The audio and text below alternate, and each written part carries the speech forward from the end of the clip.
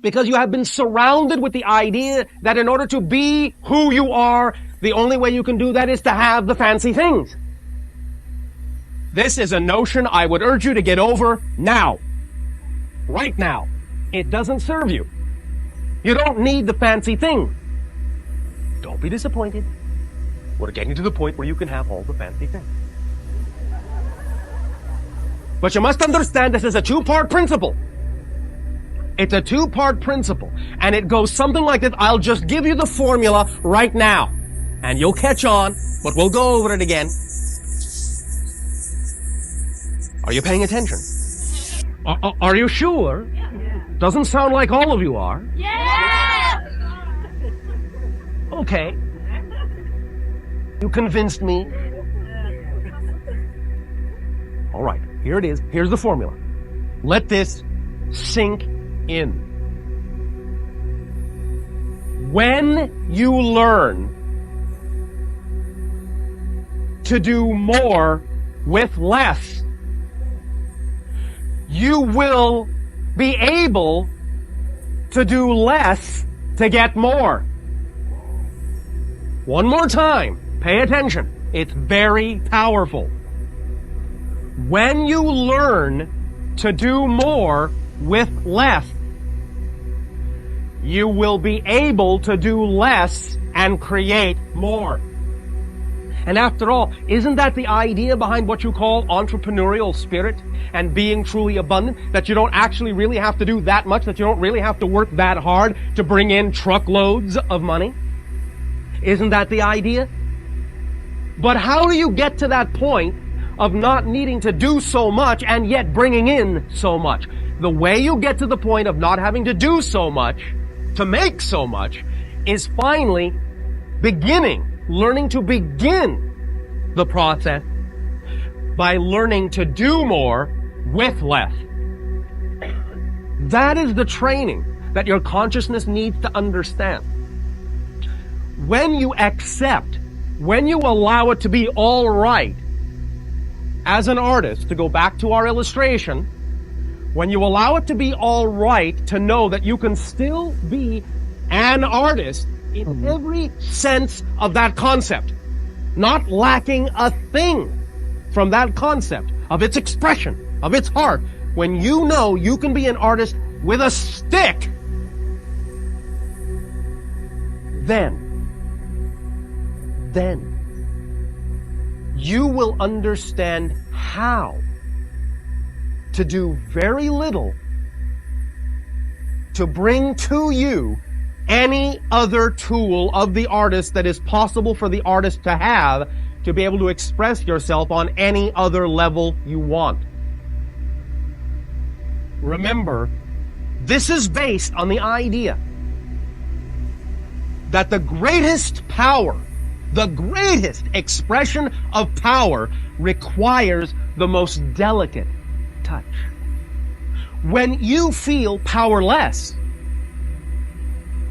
you attempt to move things around a lot to get them to work. You think you have to exert a lot of pressure. You think you have to exert a lot of force to make something happen. But if you stop and think about it, think about the power of creation itself. When you really are powerful, then all it takes is the slightest nudge of your little finger to move mountains. Because you are that powerful. And when you are that powerful, you don't have to exert yourself. That's the point. So when you know how to let it be all right to do what you need to do with what you have, that you can do more with less, you will empower yourself and enrich yourself and energize yourself to such a degree that the cycle will be completed. The circuit will be closed. You will use both sides of the paradox, and you will begin to see that as you become more powerful, you will need to use less of the power to accomplish more. But you've got to start. You've got to start by opening the gates of your imagination and by allowing yourself to understand that you, just as you are right now, without anything, you can accomplish what you really need to accomplish for yourself in some fashion. And you need to stop measuring the idea and comparing and contrasting and conflicting the idea that just because all you're capable of doing is making a picture with a burnt stick, that somehow that means you are not the artist you want to be. You've got to stop that now. Or none of this and anything else we're going to say will make any sense. Do you understand that? It's all based on this formula, on this principle, and that's it. That is the secret to money. The secret to money. When you know that you can do more with less, you will require less to do more. You need to train yourself to understand this. You need to train yourself to live this way. You need to train yourself to remember this so that it is your first thought. Not your second or your third or your last, your first thought. It is your priority. It is your job. It is your duty to yourself to understand how much access you have to everything, and that access requires almost nothing. Nothing. All you have to do is be willing to stretch and expand your definition of what it is you are and allow what you are capable of doing to be part of that definition instead of excluding it and saying, oh no, people who draw with burnt sticks are not artists. They're not the artist I want to be. Yes, it is. In every way. In every way. Now, while that's soaking in, let's go on to a third point. Did you all bring your coins? Is there anyone who doesn't have a coin? All right. Now, remember that we suggested that it be, in your terms, a real coin. It is all well and good for you to be creative and make up coins or draw pictures of them, but we are now in this exercise talking about the idea of real money in your terms. Would you rather have real money or would you rather have an abundance of paper coins? All right. Get out your coins as you have chosen them. It doesn't matter whether they are pennies, nickels, dimes, quarters, 50-cent pieces, dollar coins of any kind. It doesn't matter. Make sure it's a coin you believe is a real spendable coin. More than likely, I will leave this up to you, but more than likely you may want it to be a denomination from your own culture, so that you really feel you understand what you consider the value of that coin to be, rather than working from something that comes from another country on your planet. So, have you all got your coin? All right. Now, we're going to play a little game of exchange in the following way. I want one volunteer that has a penny. Who's got a penny? All right, stand up. I want one volunteer that has $1. All right, stand up. All right, now.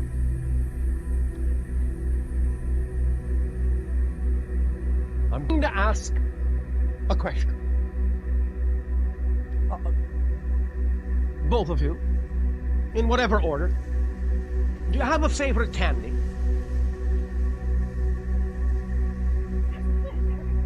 Do you have a favorite candy? Chocolate. All right, chocolate. You have a favorite candy? Both say chocolate. All right. All right. Now,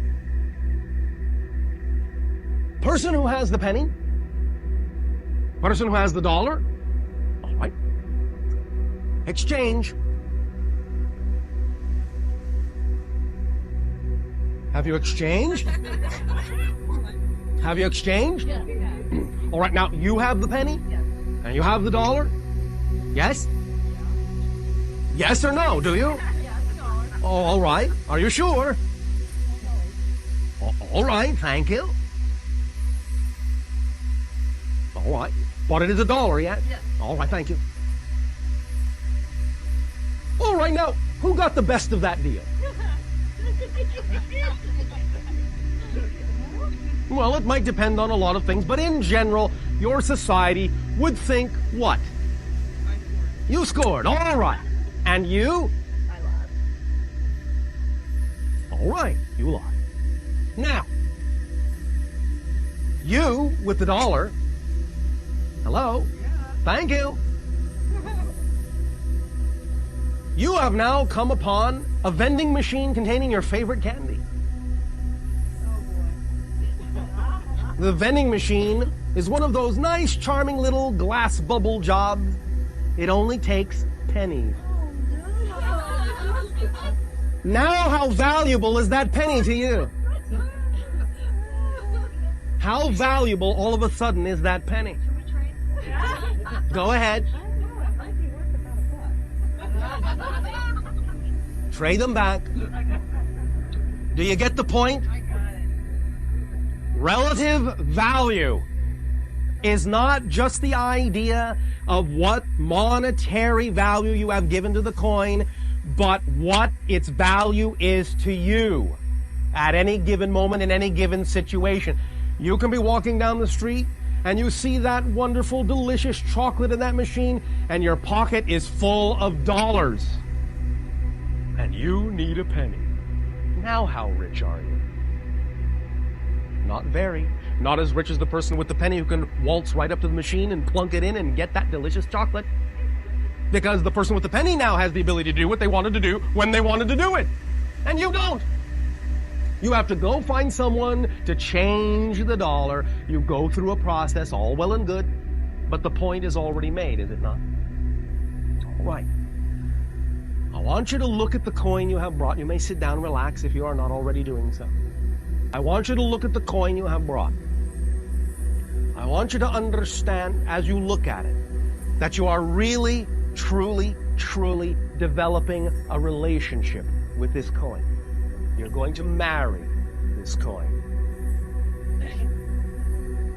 Yes, marry this coin. Every single one of you.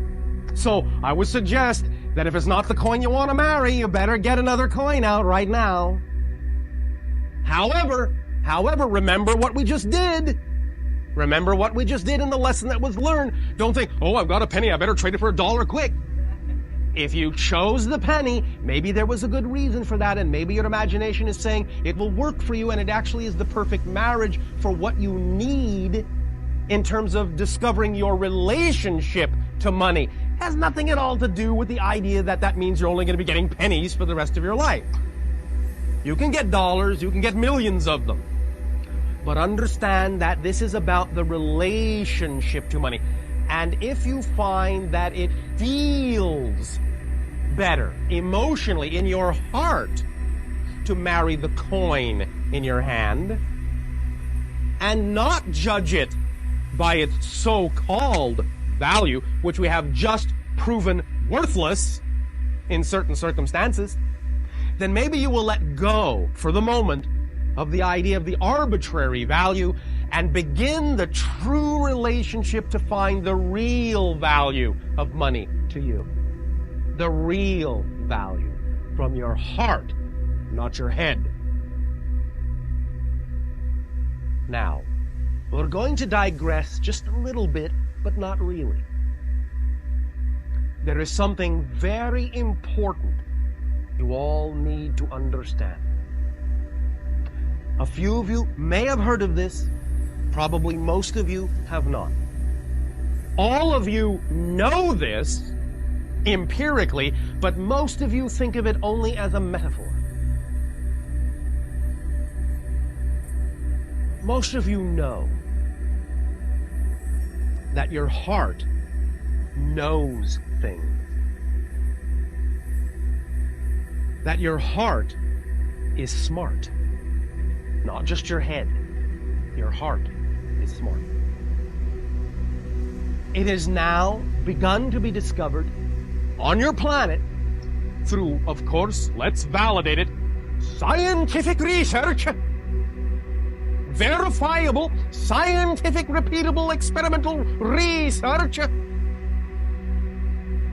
that the intelligence of the heart, cell for cell, is greater than the intelligence of the brain. Literal intelligence, literal awareness of its own. It has now been shown, and many of you have heard these anecdotal stories that are now being scientifically verified, that when a heart patient receives a transplant, that many times they begin to actually take on the characteristics of the person that donated the heart. This has now been proven true. That the intelligence is actually in the cellular memory of the heart. And that it actually will make a difference and change the person that receives it. In one case, just to drive the point home, so that you understand that this is not arbitrary, and that they're not going off of these little subtle measurements and, oh, well, it could be that, or it could be this. A person was murdered. The heart was taken out of that person and given to another young girl. The heart was able to tell the girl who the murderer was, and he was caught. Based on the recipient's memory of the murder from the heart. This is real, solid, interactive energy and intelligence. The point is that this relationship to money must come along with the heart's understanding as well as the head. It must be holistic as a marriage is holistic. It must not be simply intellectualized. Again, please understand, we are not talking about becoming egocentric, money-grubbing, money-crazed misers, materialistic fiends who give no thought or care for other people's welfare. But what we are really talking about here that will make all the difference is that you really must learn how to develop and have a love affair with money. A true marriage with money. And if that's going to happen, you have to understand how to listen to your heart as well as your head. Because what they have discovered in addition is that the nature of your brain is that it wants to create, for purposes of clarity and processing, divisions, compartments, so it can understand how things relate. But what the heart wants to do is simply relate and be in love with everything and everyone. So, what we're going to do now is to learn to be in love with this coin, to marry this coin, and you're going to understand that by marrying this coin, you're going to marry all money, because it's all one thing. This is a representative of one thing, a whole concept, an entire event, a whole intelligence. Money, exchange, trade, value given, value received. It's one thing. This coin is your partner. Let's begin the ceremony. Dearly beloved,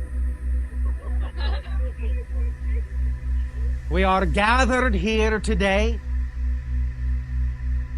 in the sight of these witnesses and surrounded by our loved one. so that you and the coin may be joined together in holy wedlock and understand this is sacred. This is sacred. This is sacred.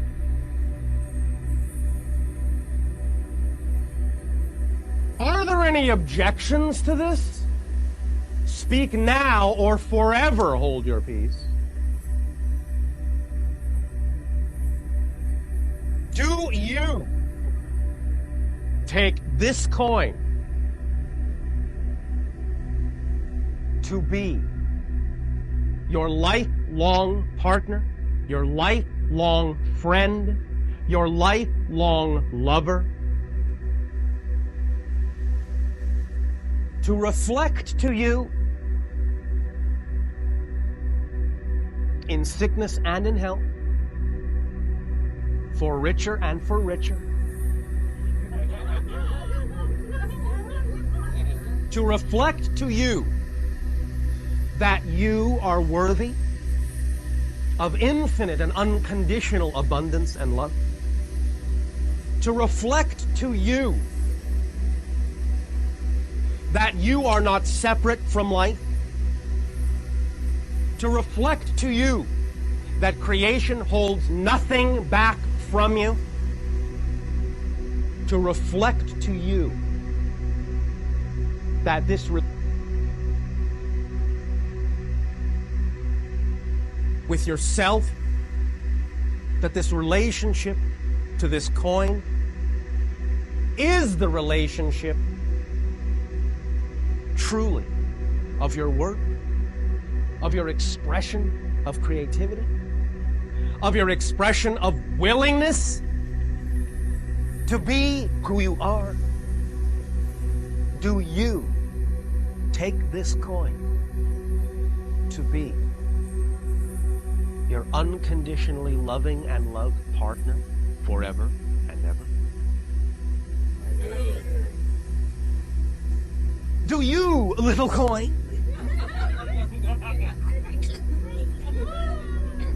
take this human being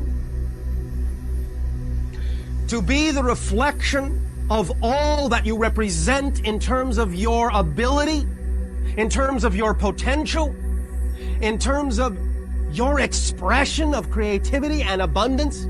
Are you willing to allow this being that is your lifelong, unconditionally loving and loved partner to be the conduit and the channel to represent the ideal of what you are, to represent the ideal of ultimate ability and worth?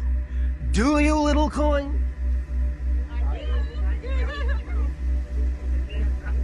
All right. I now pronounce you minted.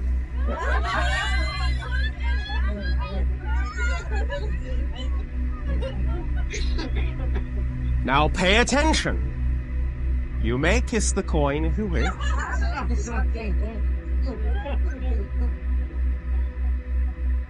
Now, listen, listen, listen, listen, listen, listen. Usually before the honeymoon, and take this to heart in all forms of the meaning of the word, there is the reception. This, in its own way now, and I do not mean to be sacrilegious to anyone, this is, in this moment, a sacrament. It is sacred. Sacred. Sacred. Take it in. Receive it. It is your reception. But receive it in your heart. See, feel, imagine the coin moving into your heart, through the skin of your chest, through the muscles of your chest. Actually feel it as you hold it up against you. Feel it. Feel it. feel it going into your heart. Feel it floating in the blood in your heart. With every beat, feel it. And with every beat, understand that beat is automatic, it's autonomic. You don't have to think about it. You don't have to do anything to force it.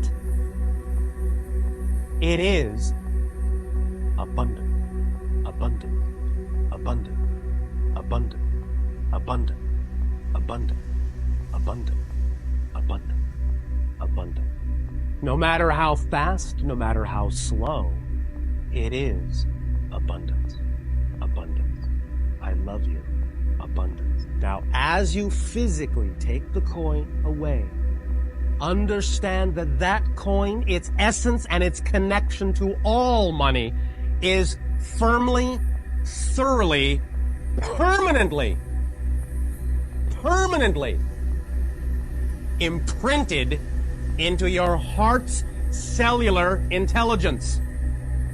You have just shown your heart what you mean by money, how you feel about loving yourself enough to be abundant. You have just talked to your heart and allowed your heart to understand how to cooperate and participate in conjunction with your brain, your spirit, your body, mind, soul, the cellular memory of all your organs, that you are literally reeking of abundance. You breathe it in, you breathe it, you sweat it, you live it, you drink it, you eat it. Every single thing is a representation of abundance. You are immersed in a sea of it.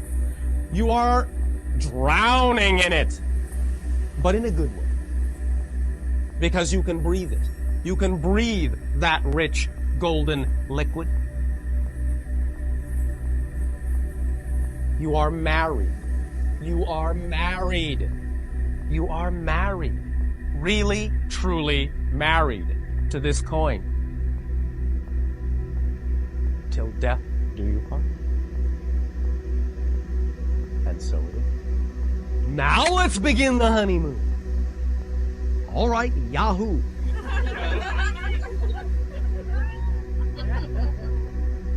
Oh, let's go shopping. All right.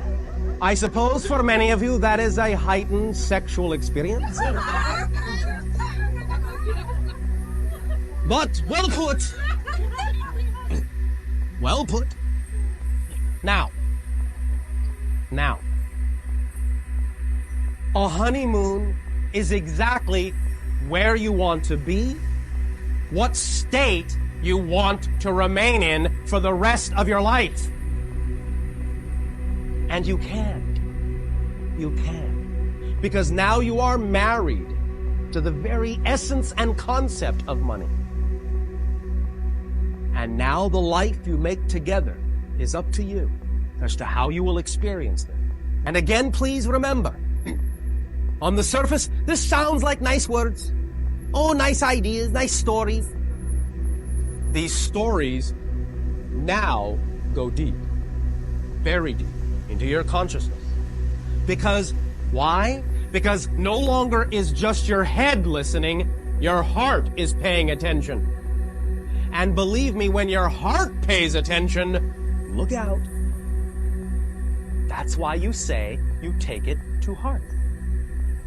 You really make it your own when your heart pays attention and lets it in. You are now beginning to make it your own. This is going to sink in.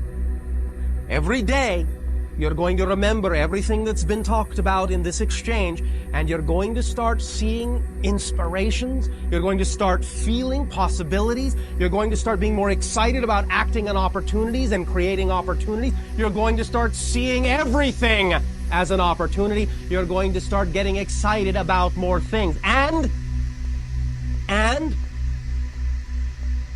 if there should be a moment in the honeymoon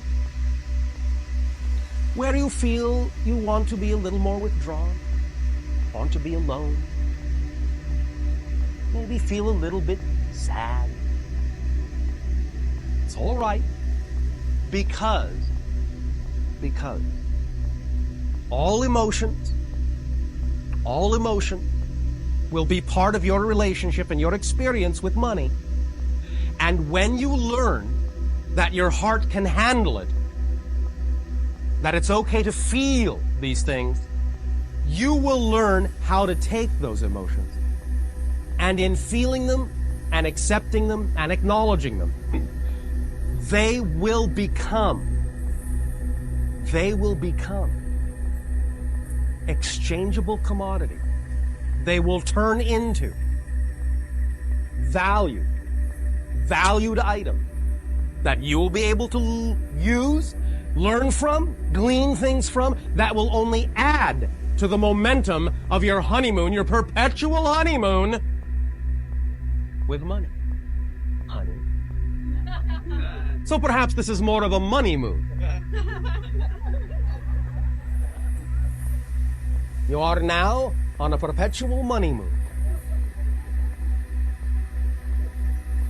Now, understand that generally when you choose to go on a honeymoon, you choose to travel to exotic places, maybe, or just relax in the hammock in the backyard.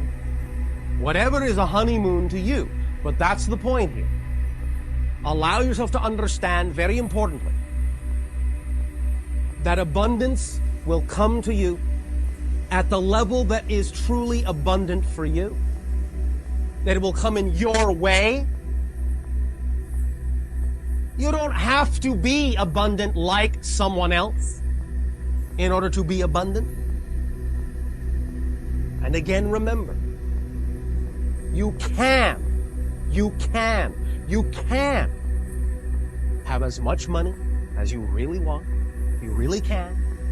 And when you stay in this vibrational state of the money moon,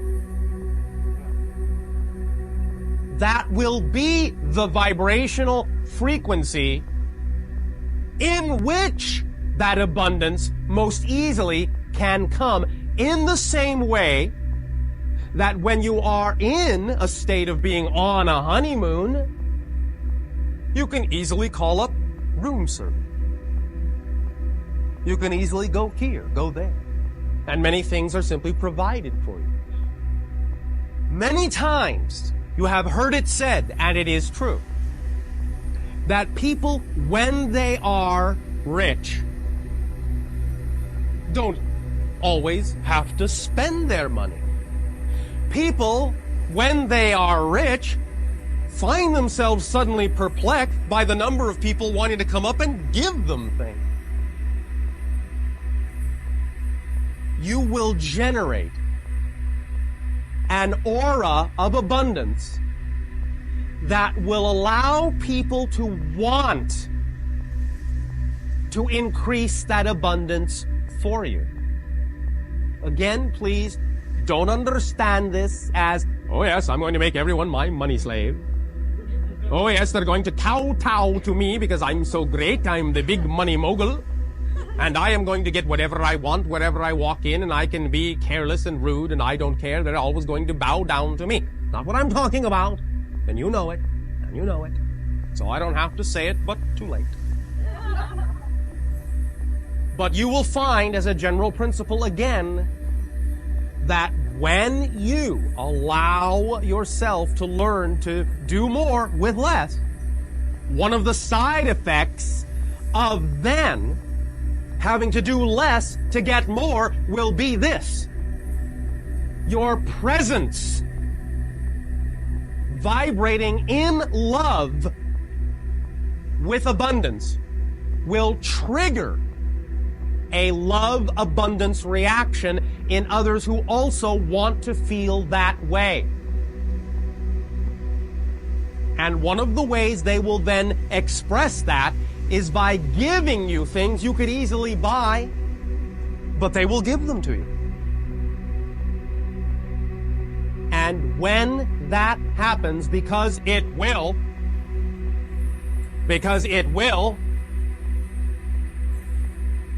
then your response needs be the essence of grace, the essence of gratitude, the essence of humility. Go back into the understanding of doing more with less, knowing you don't need the more to do what you need to do, and in knowing that, thus creating the ability to doing less to get more.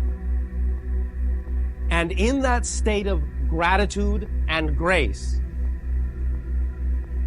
somehow, some way, return the gesture and give to someone else. Allow yourself to increase someone else's abundance. It is always, no matter in what form it's expressed, it is always about being of service. When you fall into your excitement and stay in your honeymoon, you are in love. And you want to be, your heart wants to be in love with the world. Express that where you feel it is appropriate. I'm not saying you have to lose your head. You don't have to be unbalanced about this idea. But when you know, when your heart talks to you and you can hear it, you can feel it, then be of service. And believe me, one of the most fundamental principles again, and you have heard it, but you'll hear it again. When you enrich others, you will be enriched. You will be enriched. You will be enriched. And now that you have begun to change your relationship to money, then part of your enrichment flow will contain lots more money, as well as other forms of enrichment and other forms of abundance. Remember, you are rich. The universe is abundant. You are abundant. What you're simply learning here, again, is to change your relationship to allow the abundance that is already available to you to fall like pennies from heaven, to shower you with riches, to let go of the conflicting conundrums of paradoxical definition that don't work for you, that tear you apart. To unravel them, let them go. To see clearly that you are created, that you are a loving person, that you are a loved person, that you are a rich person, and that this can translate in physical terms and in monetary terms. There is no reason why it can't, and there is no reason why you can't, unless you give yourself a reason not to. It is in your hands, it is in your control, it is all around you. Opportunities are screaming at you all the time. But your state and disconnection from your heart creates a deaf ear to the ringing opportunities that you are presented with constantly, incessantly. There is no vacuum in creation. There is not a second that goes by when there isn't a sparkling, ringing opportunity for you to become, as you say, stinking, filthy rich. You can leave out the stinking part if you want. Though some people might like the smell of money. That will surround your aura and be your aura when you really, really, really let it in.